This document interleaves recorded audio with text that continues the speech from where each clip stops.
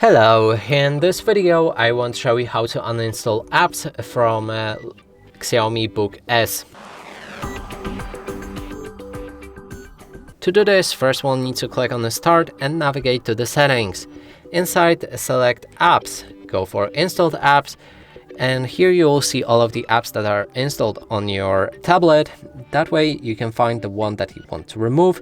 You can also enter it in the search pool right there with the keyboard.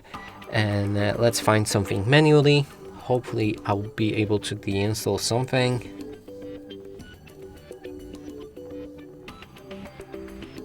Let's go for this one.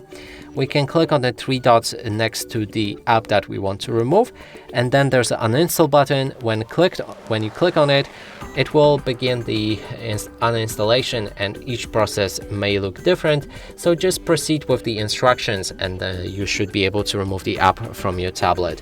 And that's it for this video. Hope you like it. Please consider subscribing to our channel, leave a like and a comment below.